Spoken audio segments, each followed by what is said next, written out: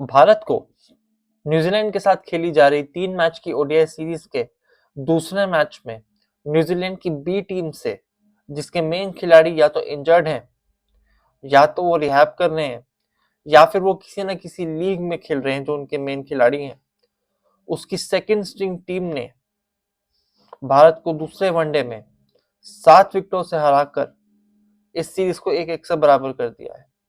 अब इस सीरीज का फैसला तीसरे और आखिरी मैच में, जो कि 18 तारीख को होलकर स्टेडियम इंदौर में होगा, वो मैच सीरीज डिसाइडर होगा और जो इस मैच को जीतेगा वो इस सीरीज का विजेता कहलाएगा। लेकिन भारत के लिए शर्म की बात है कि जिस टीम के मेन खिलाड़ी मौजूद नहीं है, उनके फुल टाइम कप्तान ओडीआईस के टॉम लैथम इंजर्ड हैं,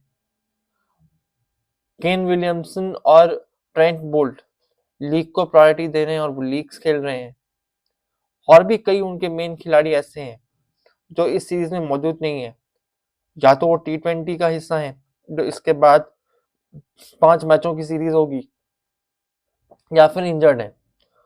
तो न्यूजीलैंड की सेकंड स्ट्रिंग टीम ने भारत को 7 विकेटों से हरा दिया। अगर मैच की शुरुआत से बात करें तो न्यूजीलैंड के नए कप्तान मिचेल ब्रेसवेल या फिर स्टैंड इन कप्तान ने टॉस जीता और पहले गेंदबाजी का फैसला किया। भारत की प्लेइंग 11 वही रही जो मैंने आपसे प्रीव्यू की वीडियो में परसों बताई थी। उसमें सिर्फ एक चेंज हुआ कि नीतीश कुमार रेड्डी वॉशिंगटन सुंदर की जगह अंदर आ गए और अर्शदीप को इस मैच में भी मौका नहीं मिला। इस मैच में भी कोटे के गेंदबाज, जीटी कोटा के गेंदबाज प्रसिद्ध कृष्णा टीम के साथ रहे और कल उन्होंने टीम की वाट लगवा दी। अगर न्यूजीलैंड की बात करें तो उन्होंने भी एक चेंज किया। उन्होंने इंडियन ओरिजिन के आदि अशोक को ड्रॉप करके जैडन लिनिक्स को मौका दिया। भारत की शुरुआत धीमी रही और इनिशियली उनके रन्स नहीं बन रहे थे। 3 ओवर में 8 रन बने थे, लेकिन उसके बाद शुभमन गिल और रोहित शर्मा ने अच्छा खेला और पहली विकेट के लिए 70 रन जोड़े। जब भारत का स्कोर 70 रन था तो पहली विकेट गिरी जब रोहित शर्मा 24 रन बनाकर क्रिस्टियन क्लार्क की गेंद पर आउट हो गए। अभी तक जो ये ओडीआई सीरीज हुई है, इसमें रोहित शर्मा को दोनों मैचेस में स्टार्ट्स मिले हैं, पहले में 36 और दूसरे में 24, लेकिन वो इन दोनों बड़े स्टार्ट्स को बड़े स्कोर्स में कन्वर्ट करने में नाकाम रहे। उसके बाद जब टीम का स्कोर 99 रन था, तब शुभमन गिल साहब अपनी 50 पूरी करके 56 रन के स्कोर पर काइल जेमिसन की गेंद पर आउट हो गए। इस तरीके से भारत ने 99 रन पर दूसरी विकेट गंवाई। इसके बाद भारत के उप कप्तान, जो कि इंजरी के बाद वापसी कर रहे हैं, उनकी एक ब्रीफ सी पार्टनरशिप लगी विराट कोहली के साथ, लेकिन जब टीम का स्कोर 115 रन था तब तीसरी विकेट उनकी भी गिर गई। वो भी क्रिस्टियन क्लार्क की गेंद पर ही आउट हुए और 118 रन पर भारत को सबसे बड़ा झटका लगा जब विराट कोहली, जो चेस मास्टर, बोल्ड हो गए। उन्हें भी क्रिस्टियन क्लार्क ने ही आउट किया और इसी क्रिस्टियन क्लार्क ने भारत के टॉप ऑर्डर की कमर तोड़ दी कि वो 4 में से 3 विकेट ले गए।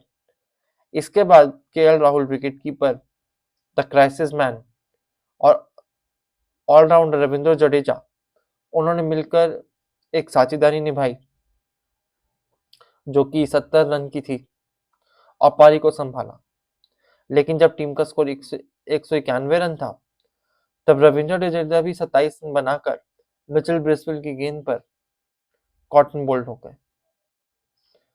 लेकिन इसके बाद केएल राहुल एक एंड पर खड़े रहे और नीतीश कुमार रेड्डी के साथ और हर्षित राणा के साथ उन्होंने पार्टनरशिप्स लगाई।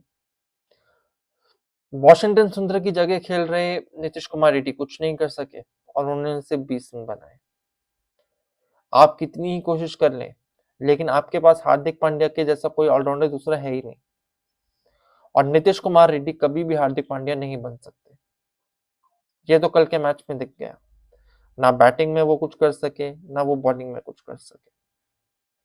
लेकिन केएल राहुल की सेंचुरी की मदद से उन्होंने 112 रन बनाए। भारत ने 50 ओवर में 284 रन बना लिए थे और जैसा कि भारत की पारी में देखा जा रहा था कि गेंद फंस कर आ रहा था, तो कहीं ना कहीं ऐसा लगा कि शायद 284 का जो चेस है ये इतना आसान नहीं होगा और न्यूजीलैंड शायद फंस जाएगा। लेकिन ऐसा कुछ नहीं हुआ। न्यूजीलैंड की बी टीम ने ये दिखाया कि भले से ही उनके पास उनके मेन प्लेयर्स नहीं है। जब मैंने आपके साथ प्रीव्यू की वीडियो भी की थी, तो मैंने आपसे बताया था कि उनके पास सिर्फ 3 बैट्समैन हैं, डेविन कॉनवे, डैरिल मिचेल और ग्लेन फिलिप्स। उनके अगर आप इन 3 बल्लेबाजों को पकड़ लेंगे, फिर उनके मिडिल ऑर्डर में इतनी ताकत नहीं है कि वो एक बड़ा स्कोर चेस कर सके। लेकिन हुआ ऐसा उसका बिल्कुल उल्टा। भारतीय टीम कुछ नहीं कर सकी। हालांकि इनिंग्स की शुरुआत में 20 के स्कोर पर पहली विकेट गिर गई डेविन कॉनवे की, जिन्हें हर्षित राणा ने बोल्ड किया, और 40 रन के स्कोर पर दूसरी विकेट भी गिर गई जब हेनरी निकल्स भी बोल्ड हो गए प्रसिद्ध कृष्णा की गेंद पर। तब ऐसा लगा कि शायद मैच फंस जाएगा।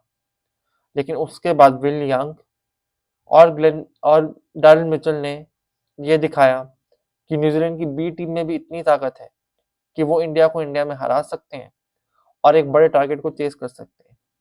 उन्होंने 192 रन की मैच विनिंग पार्टनरशिप लगाई, जिसमें हमारे प्रसिद्ध कृष्णा श्रॉफ का पूरा पूरा हाथ था, जिन्होंने जब डैरिल मिचेल 82 के स्कोर पर थे तब उनकी कैच ड्रॉप कर दी।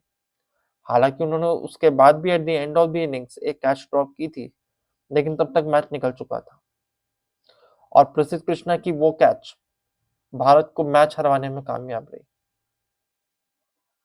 अगर आप पूरे मैच को उठाकर देखें तो इसमें हार की वजह सिर्फ यही नहीं कि प्रसिद्ध कृष्णा ने कैचेस ड्रॉप किए हैं, बट वो कौन सी परफॉर्मेंस पे टीम पे है, किस परफॉर्मेंस की वजह से वो टीम में खेल रहे हैं।